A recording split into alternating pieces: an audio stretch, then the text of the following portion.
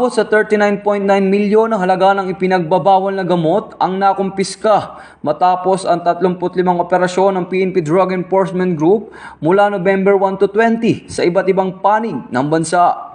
Sa naturang operasyon ay naaresto ang 38 suspect kung saan 28 dito ang itinuturing na high-value individual habang nakumpiska din ang isang M14 rifle sa sinagawang operasyon.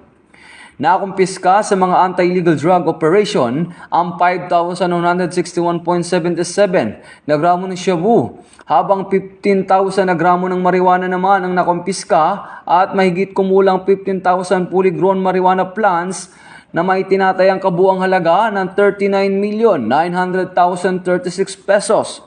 Ang matagumpay na operasyon ay bunga ng pagpapaigting ng kampanya laban sa illegal na droga ng Philippine National Police katuwang ang iba't ibang ahensya ng pamahalaan.